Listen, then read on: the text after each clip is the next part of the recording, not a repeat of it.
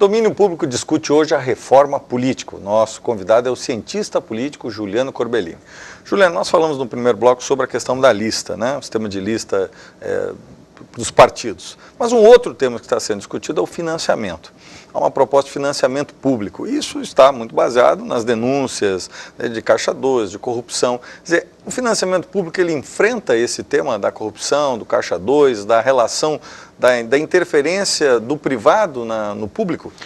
Eu penso que não, Jairo. Veja bem, nós temos, no Brasil nós temos hoje um financiamento misto. A gente tem o financiamento público direto, que é o fundo partidário, que é repassado aos partidos e que deve existir. Eu não tenho nada contra. Acho que o investimento público na democracia não é dinheiro jogado fora. Né?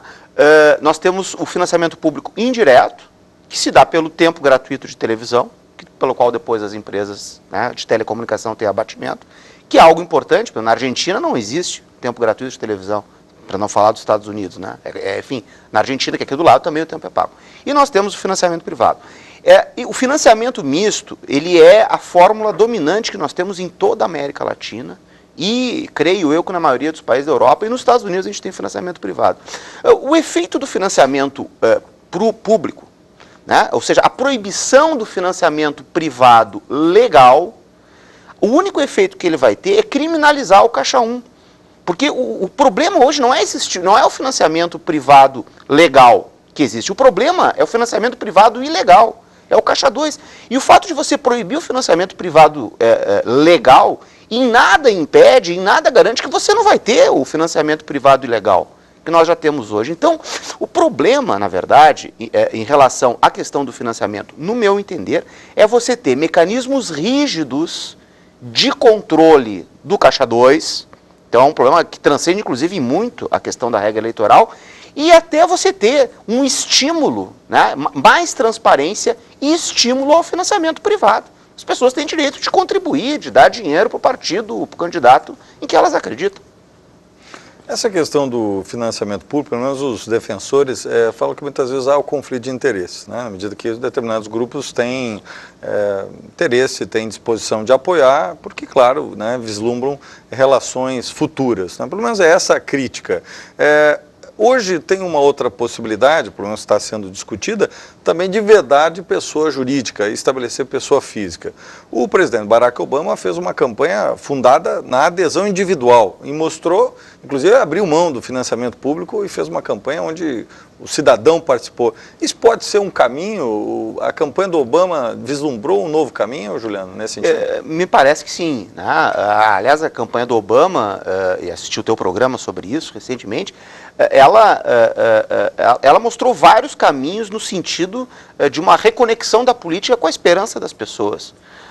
E a chave da solução, na verdade, dos defeitos políticos que nós temos, eu acho que está muito mais nisso do que no problema de legislação.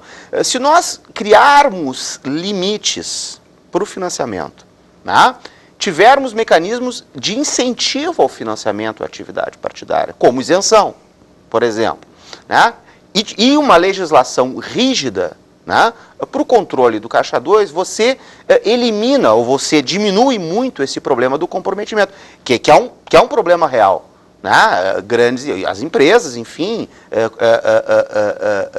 apoiam políticos visando a defesa de determinados interesses. Há um limite em que isso é espúrio, quer dizer, né, quando isso gera favorecimentos ilícitos. Agora, também há um lado dessa questão onde a transparência torna isso legítimo. Quer dizer, eu represento um determinado setor econômico, tenho determinadas ideias sobre o ordenamento da economia do país, enfim, e posso tentar me fazer representar politicamente, como o movimento social também faz. Né? Então, eu acho que a transparência é o melhor caminho, porque não adianta nada, como está hoje, você simplesmente criar o financiamento público, né, e continuar existindo o Caixa 2, como continua existindo. A proibição do financiamento privado ela não garante o fim do Caixa 2, essa que é a questão. E esse tema é possível hoje, nesse clima que nós estamos vivendo no Brasil, de ser aprovado? Essa questão do financiamento? Como é que a sociedade reage? Porque a sociedade tem hoje uma crítica profunda à política, né, aos partidos. Tu acha que a sociedade recebe bem essa questão do financiamento público? Essa é uma questão bastante importante. O Congresso está tratando da reforma política eleitoral como uma medida que serviria para resgatar a sua imagem. Tá? E parte da mídia, inclusive, reage assim, não, diante de tantos escândalos, nós temos que fazer a reforma política. Agora, eu creio que ambas as medidas, tanto a lista quanto o financiamento público, né, seriam medidas que enfrentariam uma forte resistência na opinião pública. Porque no caso do financiamento público, né, as pessoas, enfim, veriam isso como bom, dinheiro que poderia ser gasto em saúde, em educação, enfim, em horas mais importantes vai ser destinado à política. Então, eu acho que é um tema que enfrenta resistência. Eu sou a favor da existência de financiamento público, inclusive, porque isso corrige distorções do processo de competição eleitoral. É importante para as minorias, para quem não está no governo, que haja o financiamento público. Agora, eu creio que isso não necessariamente não precisa eliminar a existência do financiamento privado. E essa questão da cláusula de barreira, sabe? Tu achas que pode ser um tema que volte? Há discussões, inclusive, a respeito dessa ideia de uma volta à cláusula de barreira, de um limite, pelo menos? No projeto original do governo, em 2007, nós tínhamos uma cláusula de barreira.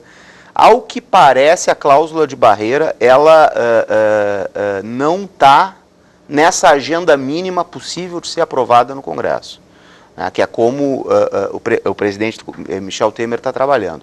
A cláusula de barreira ela tem dois lados. Por um lado, ela elimina o excesso de siglas, né, e ela dificulta a vida dos partidos que são... A questão mais da legenda de aluguel, da legenda de aluguel. Problema, né? A questão é como é que você acha uma fórmula onde você elimina a legenda de aluguel e preserva a pequena legenda, ou os pequenos partidos, que são partidos importantes. Teve anos, acho que não é a situação da bancada atual, mas teve anos, por exemplo, em que se fosse aplicada a lei de 2007, o PDT era barrado pela cláusula de barreira. Teve momentos do Congresso que essa bancada ficou tão reduzida que ele não passaria pela cláusula de barreira. Não seria correto. Não é uma sigla de aluguel, uma sigla que tem história. Enfim, né? O PT, quando nasceu, sua primeira bancada, né? Se nós tivéssemos uma vigência da cláusula de barreira, ele não passaria pela cláusula de barreira. Então, me parece que tem que haver uma certa medida, né, e um certo cuidado na aplicação desse dispositivo.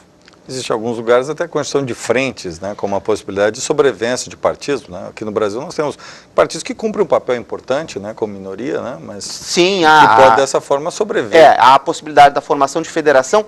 E me parece também que, numa das versões da lei que está no Congresso, a cláusula de barreira ela não elimina o partido, mas ela limitava a sua possibilidade de financiamento e limitava a sua possibilidade de funcionamento dentro do Congresso. Né? O acesso à formação de bancada, o acesso a cargos, enfim, quer dizer, não chegava a ser uma penalização restritiva à existência do partido.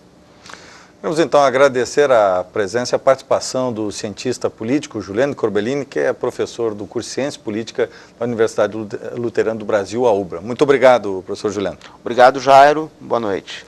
Nosso programa fica por aqui. Estaremos de volta na próxima sexta-feira, 10 para meia-noite, logo após Bibo Nunes Show. Boa noite e um bom final de semana.